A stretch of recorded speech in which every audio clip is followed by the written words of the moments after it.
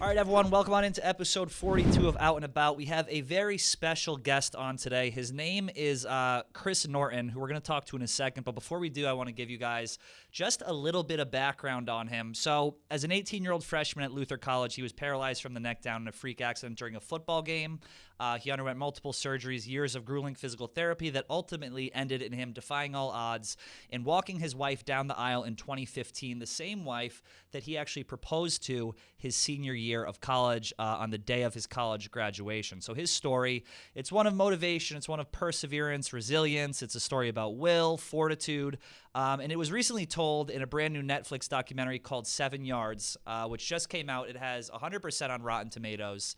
I'd have given it 1,000%. Chris, I watched this documentary on a rainy Sunday. We were talking about this right before the show, Sunday afternoon.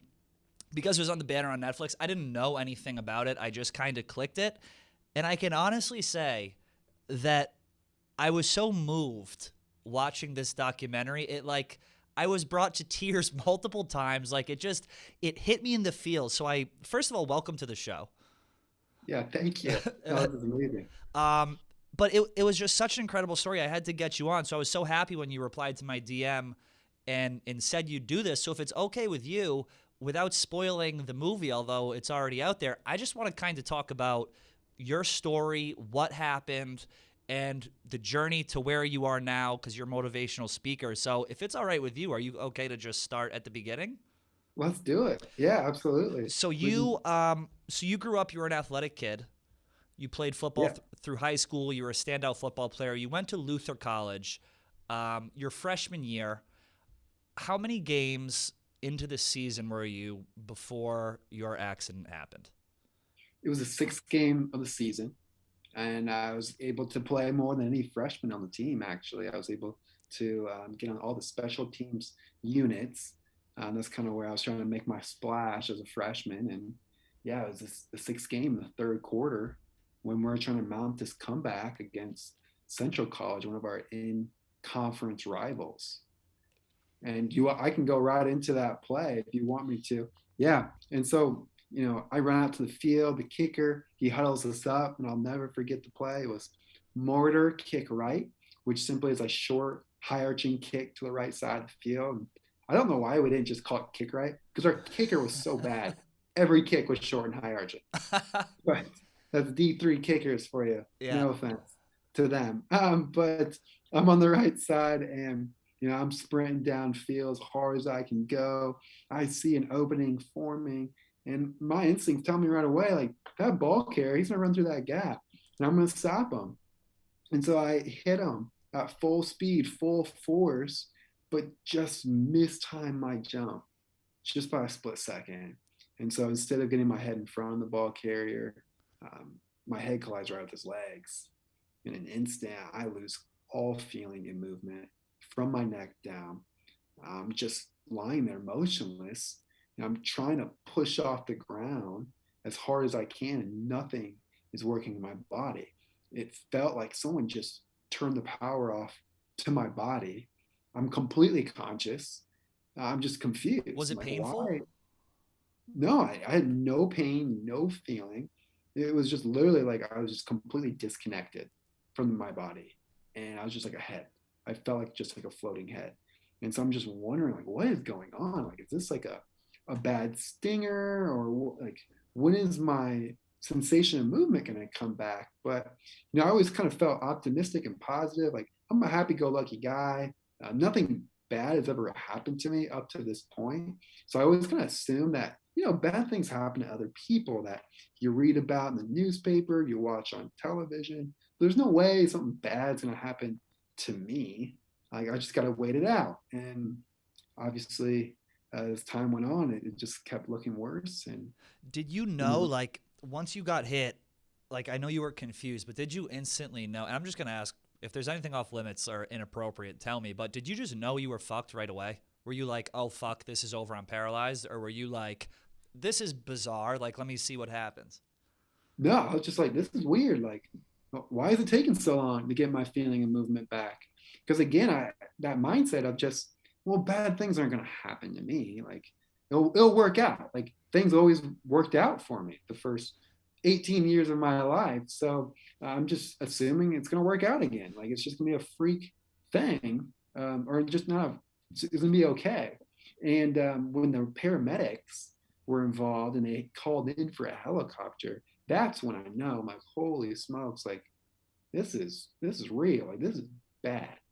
And at that point, it was so overwhelming that I just closed my eyes to try to escape like my surrounding and what was unfolding before me, because it was too scary to just really To take come to in. grips, to take in like everything that's happening. And I just pray to God, like, please, God, just let this be a big scare. Is this like a warning to never play sports again? Like, what is it? Like, just allow me to walk though. Like, I felt like I was living the dream, like, 18-year-old, like freshman in college, like I was having the time of my life. Like, please, like, don't change this for me. Did your parents run on the field? Yeah, they came to the field pretty quickly. They were in the stands. So was my older sister Alex and my grandma actually. And so they come to the field and they're just trying to stay calm and collected, and they're trying to like be strong for me. Right. They don't want them to panic. And they all did a great job. The athletic trainers, paramedics, they all were calm and collected, and they didn't freak me out because I would have really probably tipped me over. But I will never forget though when they did roll me to my back, because I was face down on the field at first, and so they had to like use a team to carefully roll me on my back because any kind of subtle movements to my neck could have really Yeah. screwed me over. And so when I flip over to my back, one of the first people I see is a student athletic trainer. I can just see in her eyes like she's terrified. And that was kind of my first moment of like, is this bad? Like, why does she look so scared right now? But it's so crazy. There was like no pain. Did you, when you saw your parents had to have been terrified, right? You must have seen it in their eyes. And then, especially when the helicopter comes, did any of them like ride on the helicopter with you to the hospital?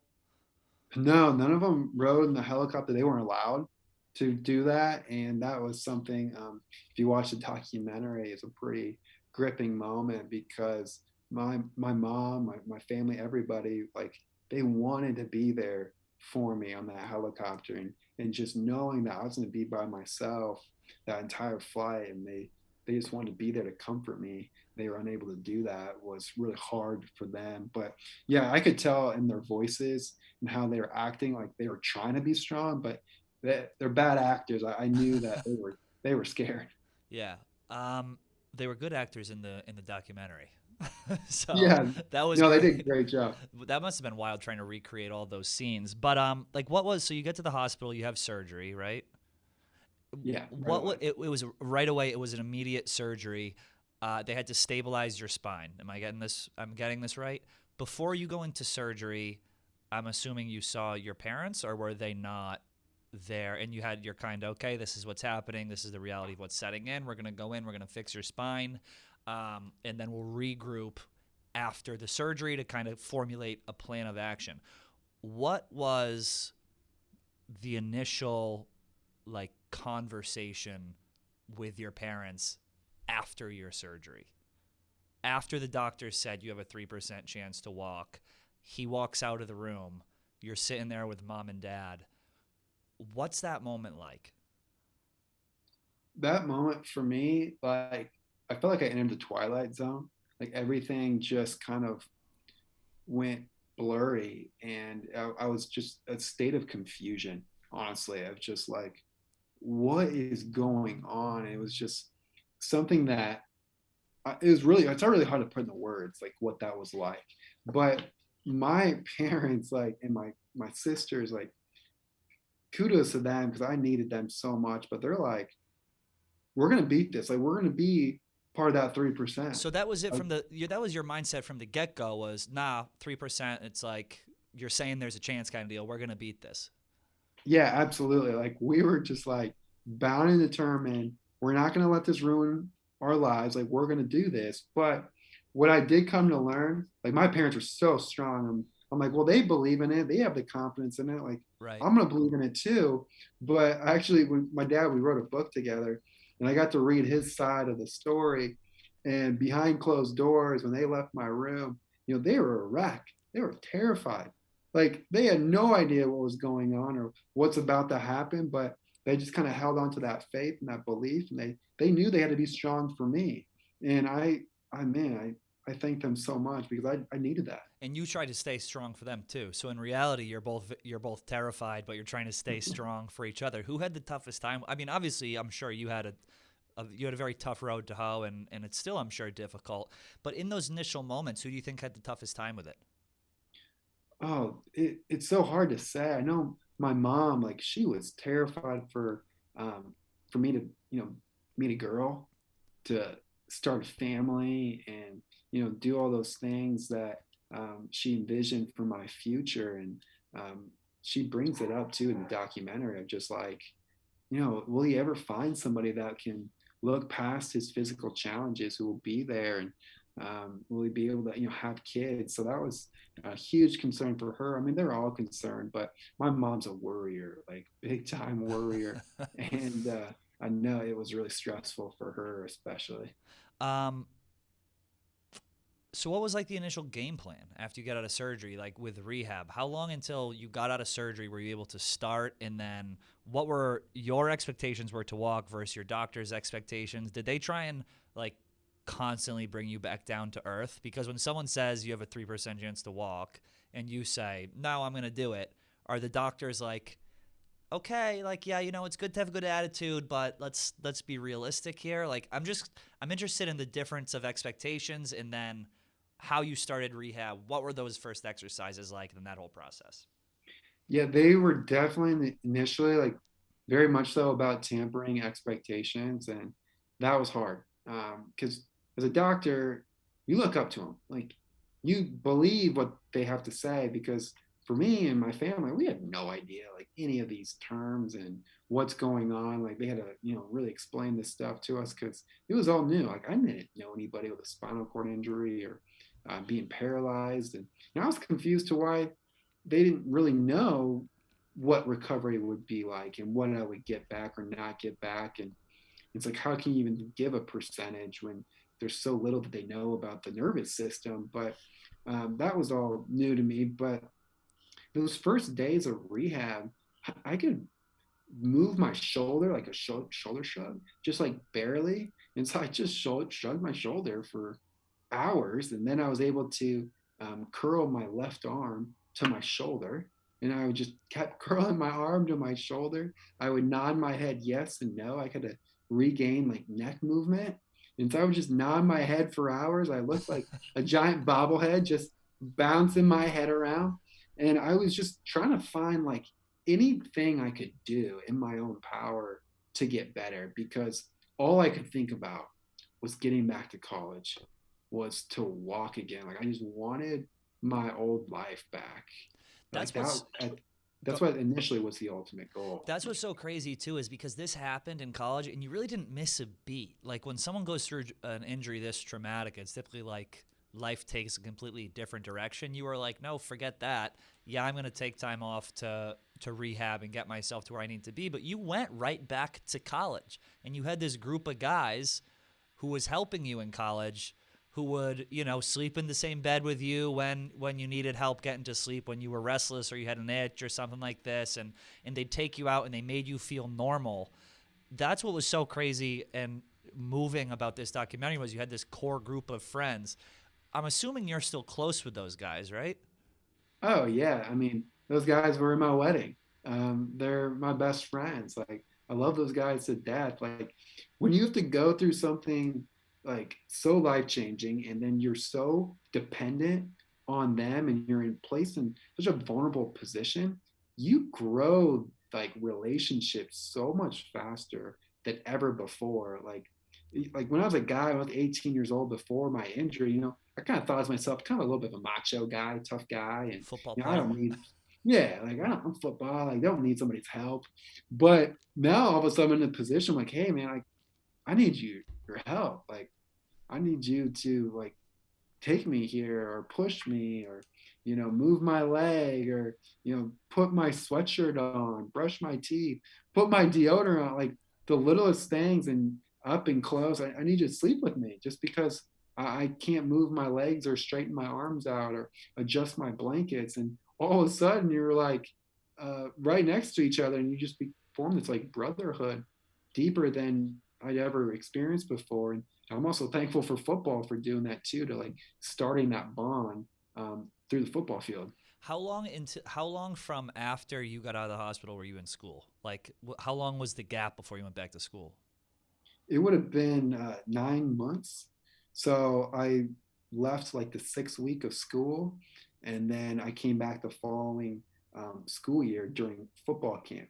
So I was there when the football team returned to campus for football camp to be a part of that, just to kind of watch and also start my kind of that my new routine and acclimating myself to the college campus. Were people were there times like where you went back you're like, what the hell am I doing? Like this is just too much, because you have such a positive, that's one of the things I couldn't get over in the interview in the documentary, was you just have such a positive attitude. Like for me, I get frustrated easily with things. I couldn't even imagine the level of frustration. Like if I'm inconvenienced in a little way, and it sounds terrible, and you're gonna might want to tell me to shut the hell up after this, but if I'm inconvenienced in a little way, I have very little patience for that, and I get frustrated. Your whole life changes, and you have to completely switch your routine around. Were there moments where you were just like, "What am I doing here? Like this is frustrating," or was it all go go go? This is my new life. I'm not looking in the rear view anymore. I'm just going forward. Oh no, absolutely not. I know I do have a positive attitude, but my positive attitude comes from grieving, from really acknowledging and letting go of the past, and really just having to kind of bury that. But the grieving process never really ends. So although I had to like let go of my old life and who I used to be, like physically, that's still always a part of me. But sometimes I'm reminded of it, and it brings me to tears, where it's frustrating, where you wish you could go back and have that experience again or have that physical strength. So don't get me wrong, yeah, I'm positive, but it's an everyday thing where I make a conscious decision to focus on my abilities instead of my disabilities, to choose faith over fear, and to focus on my blessings versus the things that I've lost. And just like with good hygiene, like you brush your teeth every single day, like it's important. Same with like my mental mindset. It's an everyday thing, and it's something that I take very seriously. Does it happen often? Do you get frustrated and like down often, or is it like the longer you go, the less grieving there is, and the more you're like ready to move on? Yeah, I think yeah, the further out from my injury, the less grieving moments I'll have. But to be honest, now that I'm into fatherhood, like I'm a dad of a lot of kids, 7 currently, which is Yes, we're crazy. gonna talk about that because I got questions on that. Yeah. So like there's a ton of moments where it hits me because I've always dreamed about being a dad. Like I had a great dad growing up, and You're he so did so young many things. too. Like, how old are you? You're like 20, 29 now. 29, and Yeah. you have 7 kids. Well, I gotta like cut myself off because I want to talk about it in detail. But sorry to cut you off. Go on. No, but like there's so many moments where I want to do stuff with them where, I want to teach them how to throw the football or, swing a baseball bat, and throw them around the pool, and, do some of those fun, like dad activities. And I can't, and it just like kills me. It's like, I want to be in there with them, and they don't really see or know that side of me, of that playful, interactive side that I know is there, but they'll never really see that. And so I have to just focus on being the dad that I can be, But which is just kind of that loving cheerleader, positive person. And so that's where I really focus on. but they get it in other ways, I'm sure, because like even in the documentary, one because it crossed my mind, I was like, that's got to be frustrating to not be able to throw the ball and whatever. But there's a scene in the movie which I loved so much in the documentary, 7 Yards on Netflix and everywhere. Everyone watch it. It was when the kids were you were in your chair and the kids were there was like a train of like four Yeah. kids who you were dragging around the house. And for them, that's got to be such a thrill in and of itself. I know when I was a kid, I would have loved to fuck around on the chair. And I hope they're not in the room because I know I'm not on No, they're not. speakerphone right now. Okay. It would have been so fun. So I'm sure they get it in other ways. But like you said, it's just an adjustment. And I think the way that the film portrays how you're adjusting to the adjustment, for lack of a better word, it's just so motivating. And one of the things that I wanted to ask you, there was a moment in the film it was like a seminal moment. You had what was described as a phantom feeling in your big toe. You had this doctor come in, and you were very excited because you could move your big toe. And the doctor said, well, sometimes that's your mind playing tricks on you. And you got down a little bit and he said, well, no, I don't know if that's my mind playing tricks on me. I could move my toe. Can you talk a little bit about what that moment meant and then how that translated into your, like, essentially your next step of rehab? It like reinvigorated hope almost in you, right? Oh yeah, absolutely. So yeah, I'm getting this new sensation in my left big toe, and it feels like I can almost move it, and it feels like progress. And at this point, the 5th week mark of my injury, that's all I'm hoping and praying for, working for, move something in my body. And Fifth so I'm week. excited about it. What's up? This is the 5th week, you said. Yeah, Yep. fifth week after my injury. And so finally, that doctor comes in. I tell him about this new sensation, and he just completely brushes it off, says it's a phantom feeling. And then what makes it all worse, too, is he just says, Chris, you'll never move anything in your legs ever again.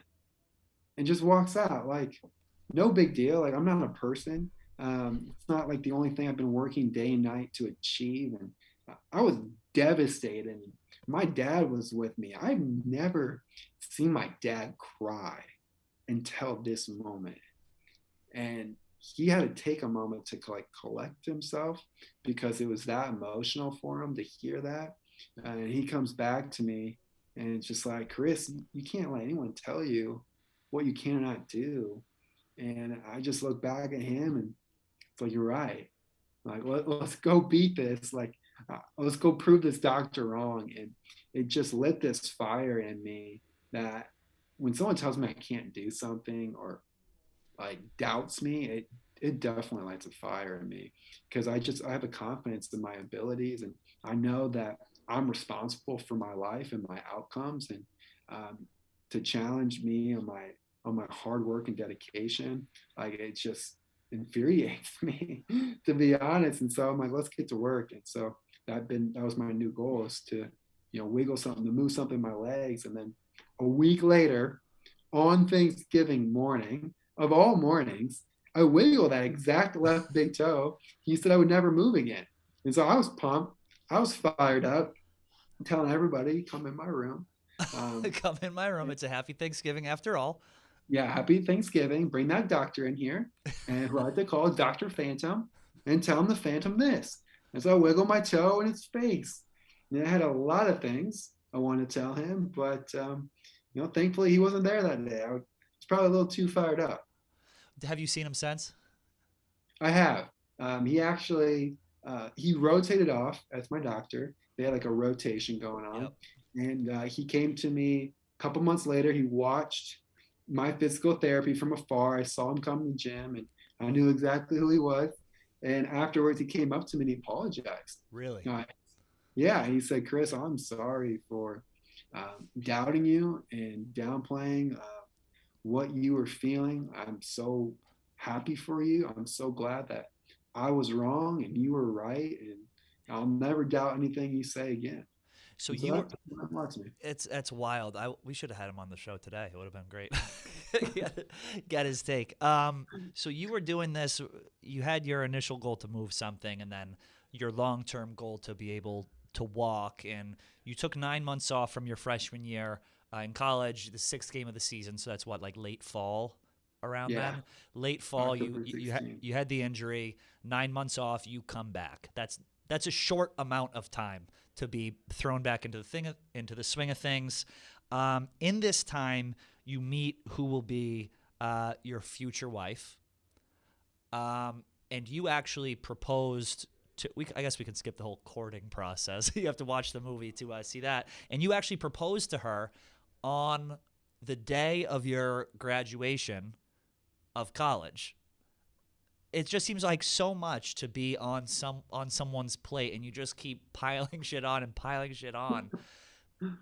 And then your goal from there, you were engaged for what, 4 years? We were engaged 3 years. 3 years. You were engaged 3 years, and then from there, your next big goal was to be able to walk her down the aisle, and she was instrumental in helping you achieve that goal. But it wasn't easy. There were ups and there were downs, and you had said you had been engaged longer than you thought it was going to be. Has your injury, like, obviously you don't want it to be just like the focal point of your relationship. Does it cause a ton of stress between the two of you guys? Because like you mentioned, she is a caregiver, but at the same time, she's your wife. You want to feel like a man in the relationship. You don't want to rely on her for everything, but there's that give and take. How do you guys balance it? Yeah, no, it is hard because part of that too. Like, there's moments where I got to grieve that because I can remember like there's things where we have to move the mattress or put something together, like a shelf. I want to do that. Like, I want to be the man that building stuff, fixing things, and that's now on Emily's plate. Oh, then oh wait, there's a diaper that needs to be changed, and that's on Emily's plate again. So she definitely will have times where she's overwhelmed and she's frustrated and she wants help in those areas that I can't give to her, unfortunately. And so there is that stress there. But fortunately, like for me, I try to just really appreciate and love on her, but I also have the NCAA's at-risk insurance policy that covers like caregiving costs. So I can have somebody, I actually have someone come to our house almost 5 times a week just to help with laundry, to help fix things up, clean things, and just basically be there to help me out and just do odds and end things that I wish I could do, but he can kind of offload some of that workload for Emily. But it's also got to make you guys, I'm sure you just have such a close bond, even more so than like this has, it's probably brought you guys so close together because you've had to deal with so much. And like the fact that you're able to see it through and that you're still together. And not only are you still together, this was one of the most mind-blowing parts of the whole, just when you think the documentary can't get any crazier, it gets introduced that Chris, then at age what, 26 when you first adopted? Yeah, we did. Well, we started fostering when I was 24 years old. We brought in a 17-year-old, and I was 24. That's Yeah, insane. So how did you get into fostering? Because now you have 7 kids. It's like my mind, I just can't comprehend everything that you have going on because now you have 7 kids. You're a father to all 7. You foster, you adopt some, you have dogs. Like you're doing it all. So let's go through the kids first. okay, yeah. So Emma and I we moved to Florida. We're in this apartment. We get a call, and it's from a girl that Emily used to mentor a lot, and someone that she's kind of always looked over, almost like as a parent figure. And her name's Whitley. She's in the foster care system, and she's in tears, just like Emily and Chris, like, can you guys please foster me? Like nobody wants me, and it was just heartbreaking. And she's been, through a lot. And so Emily and I, we made that decision, like thinking about like we're only 6 and 7 years older than her, and so to bring her in like was a huge responsibility for us when we're so young. We're not even married at this point, but we're wondering like what would happen, if we said no. That's what we thought about. And so it was too scary, and the reality of what could happen if we don't give her a chance to feel loved and feel safe and to feel special. How could that affect her life? And so we said yes, and we took her in. And it wasn't easy, as you can imagine, parenting any teenager. You have a lot of beliefs that are locked in, and you kind of can butt heads at times, but we also had a ton of fun with it as well. But Whitley was our first, and our goal was her to graduate high school, and she was able to graduate high school on time, which is a huge achievement. And then we opened our home for more kids. And it just started out as like one, which I was like, okay, this is going to be a big responsibility. Are we ready? Then it turned to two, then two turned to three, and then four. And it just like, it just kept getting bigger and bigger. And right when I thought there's no way we can handle anything more, Emily's like, we got to do it. Come on, Chris, like we got to do it. And she somehow convinces me to say yes. And I'm always glad I did. She So somehow convinces me to say yes. she's very convincing. That's amazing. And then now you're doing I mean, how old is the oldest kid and then how old is the youngest kid? Okay, so 22, Yep. 11, Yep. 10, 7, 7, 5, 2. My God. It's incredible, and as you're doing all of this, you started a motivational speaker business, kind of on. I don't know if you were doing this before the film, but I'm sure business has picked up after the film. What kind of stuff do you talk about? I'm sure you talk about your injury. Which does that get old? Are you ever just like, I don't want to talk about this injury? No, like I've had great peace about my injury. If I could go back and change that play, I wouldn't because it's like really given my life a purpose and it's created blessings that I could have never imagined. And so to know that I can use my pain for a purpose, my mess for a message, and to help other people who are struggling, like that gives me great fulfillment in life, like more so than I could have ever imagined. And Emily, the kids, like everything is really, if that injury didn't happen, they don't happen in my life. So what kind of stuff do you talk about, and who do you talk to? I speak to companies, associations. I usually open or close a conference as a keynote, and just really just how to overcome challenges and the unexpected. I mean, like right now is no better time than dealing with the unexpected and the challenges. And I know what that's like. Like I've had my life completely flipped upside down, and just helping people to take those steps forward to live a meaningful life. And something too that people always kind of get caught up on with my physical challenges is they always assume that I'm miserable. So people want to know like where does that positive mindset comes from? But happiness isn't measured by steps. Like I know people who can run, jump, and swim who are unhappy and are miserable. And so it has everything to do with our mindsets and really nothing to do with our physical abilities. So I really try to help people, unlock that and figure that out so that, they can apply it in their own lives. What do you think the biggest challenges that people face when overcoming obstacles? Like, what's their biggest roadblock, their biggest hurdle?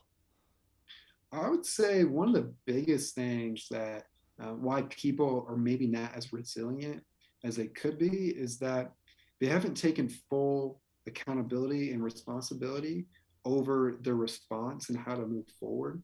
Like there's a lot of things we can't control, and it's frustrating. Like it is very frustrating. All the things are that we can't do, but what we can do is what we got to focus on. And so taking that radical responsibility over our lives allows you to become more adept at responding to adversity. So the more responsibility you accept, the better you'll respond to adversity. And so I just really try to help people become more accountable for their actions and how they're going to respond and not get so caught up in the circumstance itself that they really have no choice in changing. Does it does it annoy you when people bring like trivial problems to you? And you're like, "Oh, I'm dealing with this at work," and you're like, "Buddy, you have no idea. Like, please don't come to." And I know it's like that's your business now. Is you help people overcome challenges. You're a motivational speaker. Um, but yeah, I was just curious about that. Like, is there any problem to people look at you for inspiration for a lot of different things? I guess is what I'm trying to say. Like, is there any like problem too small or too big, or you're here to kind of talk like the same principles apply to any kind of challenge, essentially resilience, accountability, Yeah. and then the others. Like, is there anything too small or too big that you don't like to deal with? No, I think that's probably one of the biggest misconceptions when people do bring challenges to me or they're intimidated to bring a challenge to me is that they feel like, oh man, like my stuff doesn't compare to Chris's challenges, like why bother him, or this is just silly to even mention. But no challenges are silly. Like challenges are challenges, and you have to work through them. Like I get mad about spilling coffee on my shirt. Like I can still get frustrated about my kids not listening to me, and or just like the little trivial things. I get caught up on that too. Like I'm human. We're all human. Like there's things that we have to work through, and it's always good though to have that perspective of like, wow, man, like someone has it way worse than me. Like maybe I shouldn't feel so bad or frustrated about my situation. So it's always good to have perspective. But again, we're all human. We're gonna get mad, and I think people also assume like, they see my challenges, right? Like I deal with the physical challenges, and um, I get that, but most painful challenges you can't see. Everyone has something that they're dealing with. And I know there's someone listening to this podcast right now who is dealing with something just as painful as I've dealt with. You just can't see it. And so just because you can't see it doesn't mean it's not real. It's incredible. Everyone go watch 7 Yards Film. I think it's pretty much everywhere you can get it. It's on Netflix. You can say where it is. You know better than I do. Yeah, Apple TV, Amazon Prime. You can get the DVD if you're still into that. But yeah, all those different streaming And then platforms you can run and by then as what's your well. social so everyone can follow you? Chris A. Norton 16 Chris are all A. my Norton socials. 16 on all platforms. And you have a website too, chrisnorton.com. ChrisNorton.org. Chris Norton. You got the .org. That's how you know you're legit. Yeah, I have a nonprofit too, the Chris Norton Foundation. And one of the coolest things we do, I love it. We have a wheelchair camp for kids and their families, and it's completely paid for by our donors and sponsors, so they can come to camp for free, do zip lining, horseback riding. We do laser tag, just a bunch of fun stuff, and it's an incredible week. That's amazing. You know what that reminds me of? Did you ever see on Netflix Crip Camp? The I Obama. I didn't. I've heard about it. I'm telling you, watch that. It was like that's the first thing I thought of when you said that. It's Over. Barack and Michelle Obama is like one of their first documentaries they did for Netflix, but it was about a camp for people with like physical and then some people with mental disabilities, like back in the 70s, and how Hmm. this group of kids parlayed that into all this like legislation to build ramps and this and that, but it was great. So, Chris, thank you so much for coming on. I'm thrilled that you respond to my DM.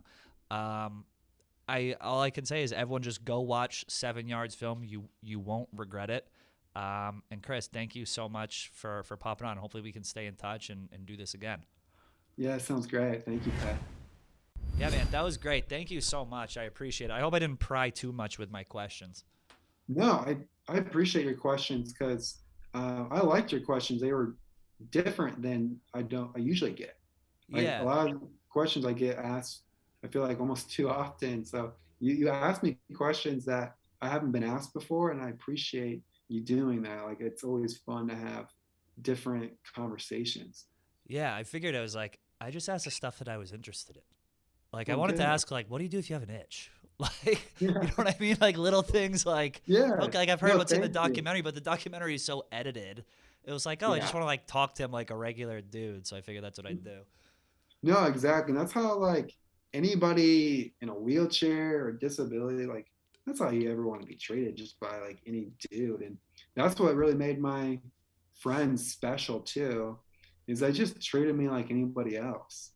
And, they didn't like treat me any differently. Like and I wanted that. Like I wanted them to tease me and make fun of Yeah. me, like do that. Like we have like a fun banter. Like don't like hold back. And it's hilarious. Like we are around other people and they will like banter or tease me. They're like, people be like, oh my gosh, like why are you doing that to him? Like you're so mean. It's like, come on, like don't I want to be treated like everybody Right. else, but it's hilarious. That was great, that scene in the film. Yeah, I also realized like halfway through, I might even keep this in the episode. I also realized halfway through, I was like, am I making this too negative? I was like, should I try and like, I like asked like some questions about you being frustrated. I was like, man, I gotta like lighten this up a little bit. But I think it turned out decent. The scene that I loved was when your buddy plopped you in the in the tube on the river.